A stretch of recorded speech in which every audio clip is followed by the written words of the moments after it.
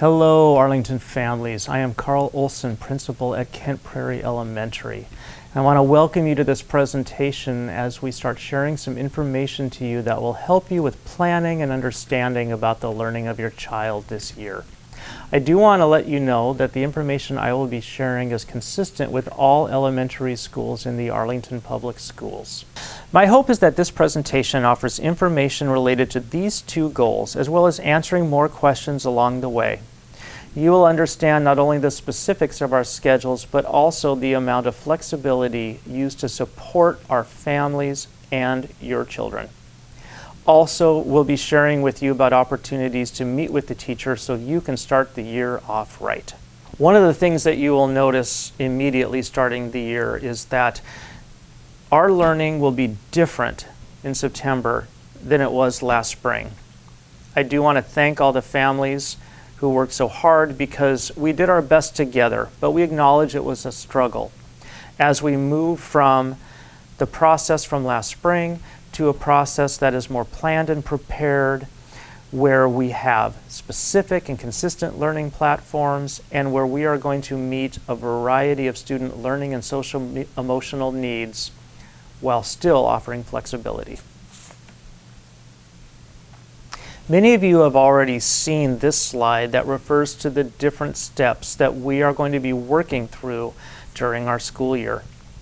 Currently, we're in step 3, and I know the big question that comes with step 3 is who are those specific students who may be receiving support on site? I want to let you know that as of right now, we are starting to meet with teachers of these students and determine which students will be invited.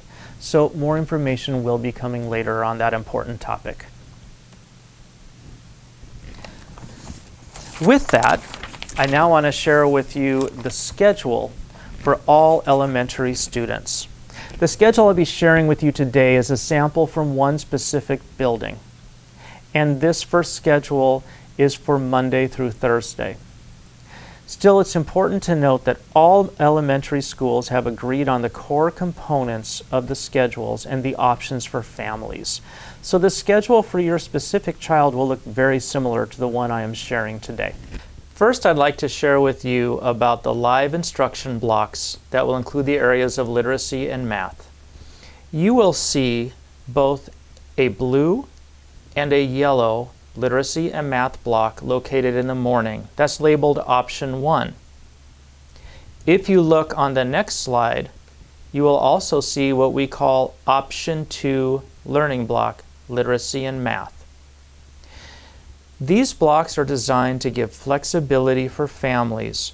So if you are unable to receive the core literacy and math live instruction in the morning, your child could attend in the afternoon. Or you could make that a regular routine for your family based on what works best for your student. The option 2 afternoon time, you will notice for 1st through 5th grade is a shorter block of about an hour.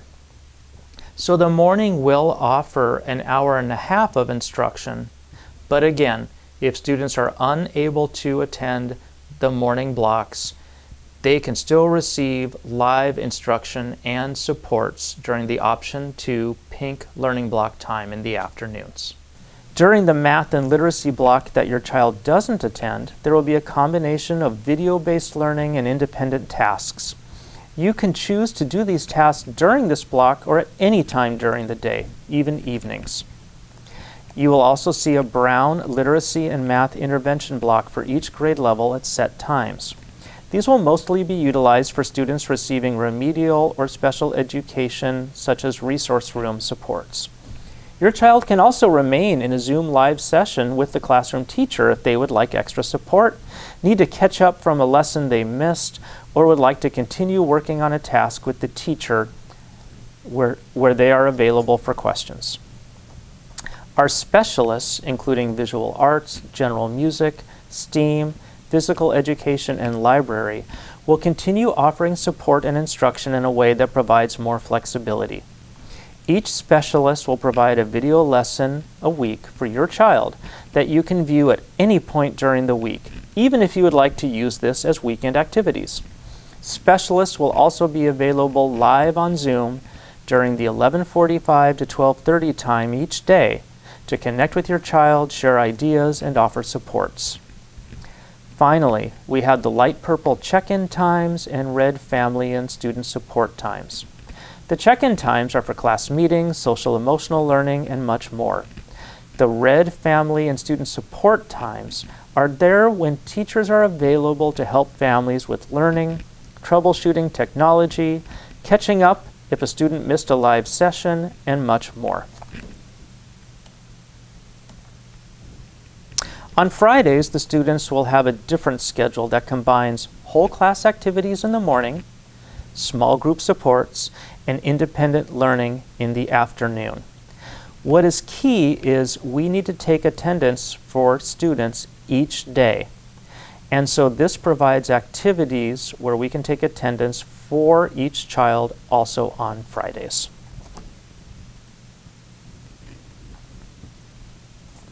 So as you can see, we have many goals for our learning plan. First, we want your child to be able to have a routine, but one that parents can help set. We want engagement with teachers each day in learning.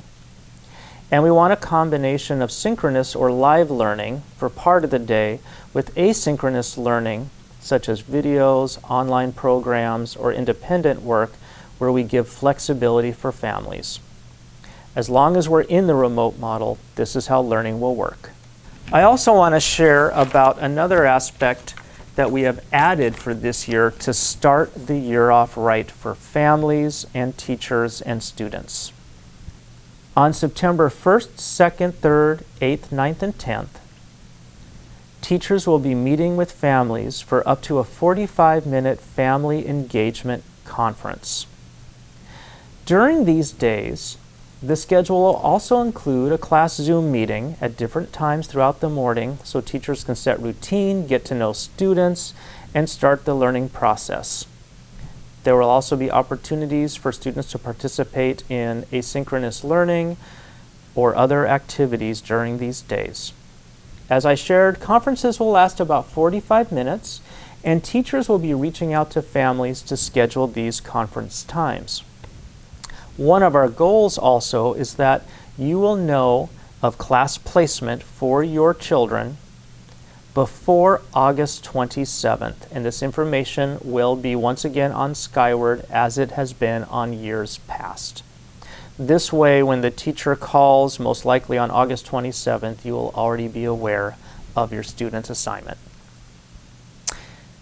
Overall, we want you to know that if you have questions, please call your child's school. We are there to help. We want to make sure that we make this year go positive and make this transition strong for your child, for you, and for our staff. So do not hesitate with your questions. That is what we are here to do to help you. Thank you.